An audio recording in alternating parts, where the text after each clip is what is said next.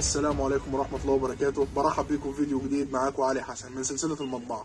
ان شاء الله باذن الله يا اخوانا، احنا النهارده عندنا منتج جديد هنحاول نطبعه ونوريه لحضراتكم. هو الكيس او الشنطة اللي بتطبع بتاعت الدعاية والاعلان، بس بنفس النظام، على النظام الحراري، الطباعة الحرارية بتاعتنا اللي هي الطباعة السبليميشن. عندي الكيس اللي هو ده، اللي يبقى الخامة بتاعته تعتبر ميكرو فايبر.